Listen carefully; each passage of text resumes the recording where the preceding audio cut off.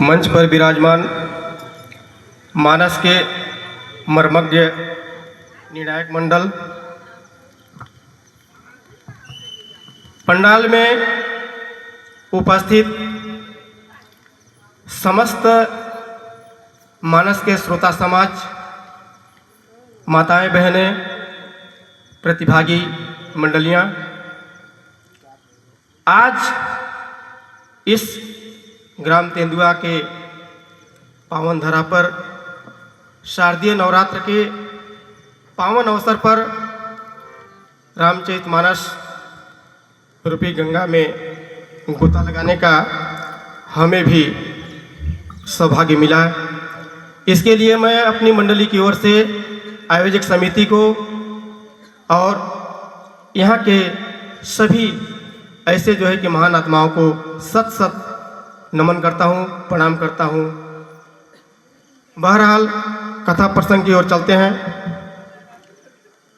हमें आज सुंदरकांड दोहा क्रमांक 38 गायन वादन के लिए मिला है। यहाँ पर विभीषण जो है अपने भाई रावण को समझाते हैं, कहते हैं हे भाई, काम क्रोध मद लोभ ये जो है कि नरक के रास्ते हैं, इन सबको छोड़ करके भगवान का भजन कीजिए।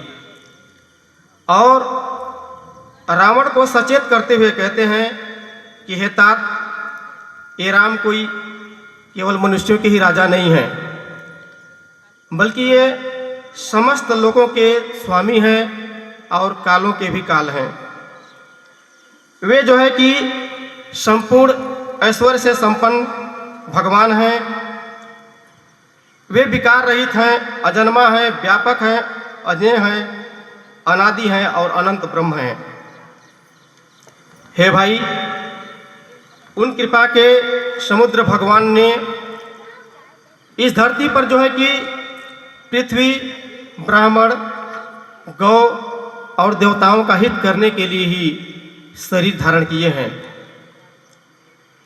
वे ऐसे प्रभु हैं जो सेवकों को आनंद देते हैं, दुष्टों के समूहों का नाश करते हैं और वेद और धर्म की रक्षा करते हैं। हे भाई, उनसे बैर त्याग दीजिए और उनके चरणों में जाकर के शीश झुका दीजिए, क्योंकि वे शरणागत के रक्षक हैं। शरणागत जो भी उनके शरण में जाते हैं उनके दुख दूर कर देते हैं और जो है कि इतने कृपालु हैं कि बिना कारण ही स्नेह करते हैं और सबका भला करते हैं। आगे विभीषण कहते हैं कि हे भाई, वे बड़े से बड़े पापियों को भी क्षमा कर देते हैं, उसे भी अपनी शरणागति देते हैं। यदि किसी को संपूर्ण जगत से द्रोह करने का भी बैर लगा हो, संपूर्ण जगत से द्रोह करने का भी यदि उसको महापाप भी लगा हो, ऐसे पापी को भी प्रभु अपने शरण में जाने पर उसको क्षमा कर देते हैं और अपना शरणागति प्रदान करते हैं। जिनका नाम जो है कि तीनों तापों को नष्ट करता है, हे भाई, ऐसे भगवान जो है कि मनुष्य के रूप में प्रकट हुए हैं और मेरा कहना आप मान लीजिए, ऐसे प्रभु के शरण में जाइए और अपना और अपने कुल की रक्षा कीजिए। इन 8 लाइन चौपाइयों का भाव महोदय जी इस प्रकार से रहा। और मैं एक बात और बोलूँगा, यहाँ पर इन चौपाइयों को 8 लाइन की चौपाई जो हमको मिला है, अगर सार रूप में इसको कहा जाए तो इन 8 लाइन चौपाइयों का सार मेरी समझ में यही आता है महोदय कि जहाँ कहीं भी कोई नीति की बात हो या कोई यदि कल्याण की बात कर रहा है, नीति की बात कर रहा है, धर्म की बात कर रहा है, तो उस समय यह विचार नहीं करना चाहिए कि वो हमसे बड़ा है या छोटा। अगर कल्याणकारी बातें हैं, धर्म की बातें हैं, नीति संगत बातें हैं, तो उनको मान लेनी चाहिए।